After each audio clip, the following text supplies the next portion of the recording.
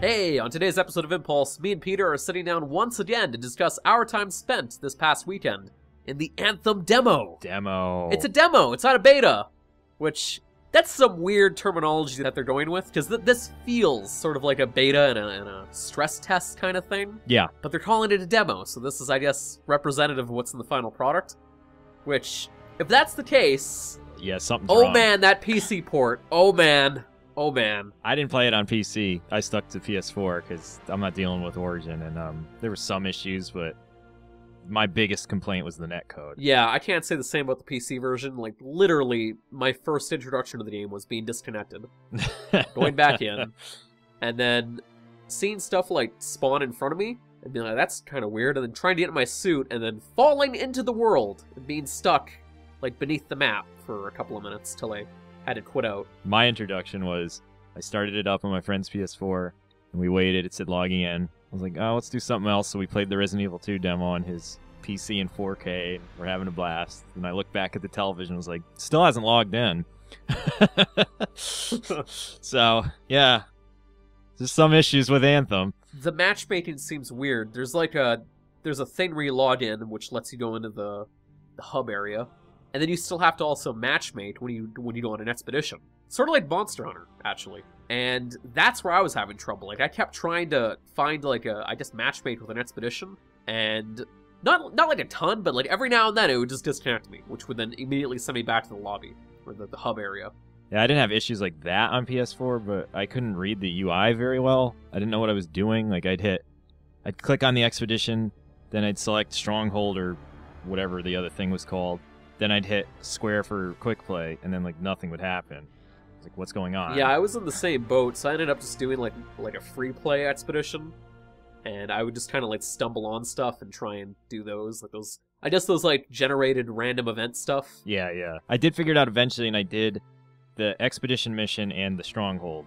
But I just, like, there's nothing to it. It's almost exactly Destiny. Like, the HUD, when you're looking at your character to select guns and change armor parts, that's fine. Like, it's fine for a game to take inspiration from something, but Anthem feels very derivative. Yeah, the world itself, like, outside of the hub area, is kind of neat. Like, it has elevation to it. The level design was pretty dynamic. Like, I'll give it that, and technology powering it is very pretty. Like, it all looks next-gen, and it has a certain level of sheen to it, but just what you're doing is so basic, and there's nothing else to it. Yeah, that said, the PC version in general, people are already kind of complaining about the optimization, because even on a 980 Ti at 1080p, I'm getting, like, drops down to 40-30 or so. Yeah, that should not be happening.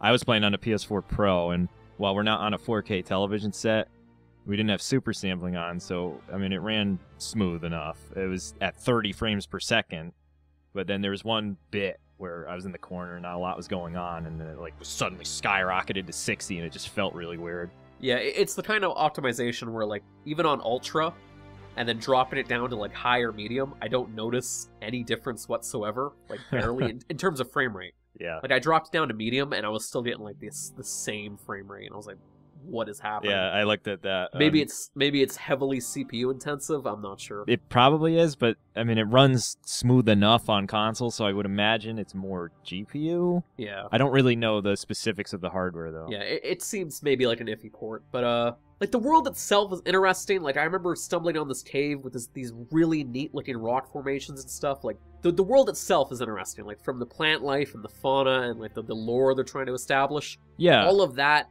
might have potential. I think mechanically, too, it even plays better than Destiny. Like, it feels faster, and it's easier to figure out where your special moves are and all that. Yeah, and like, flying around and stuff is pretty fun, but it still has that same gameplay cycle. Yeah, yeah. In terms of the mission design, where it's like, go here, activate this thing, and now you gotta, like, defeat, like, waves of enemies while it does a thing, and it's just...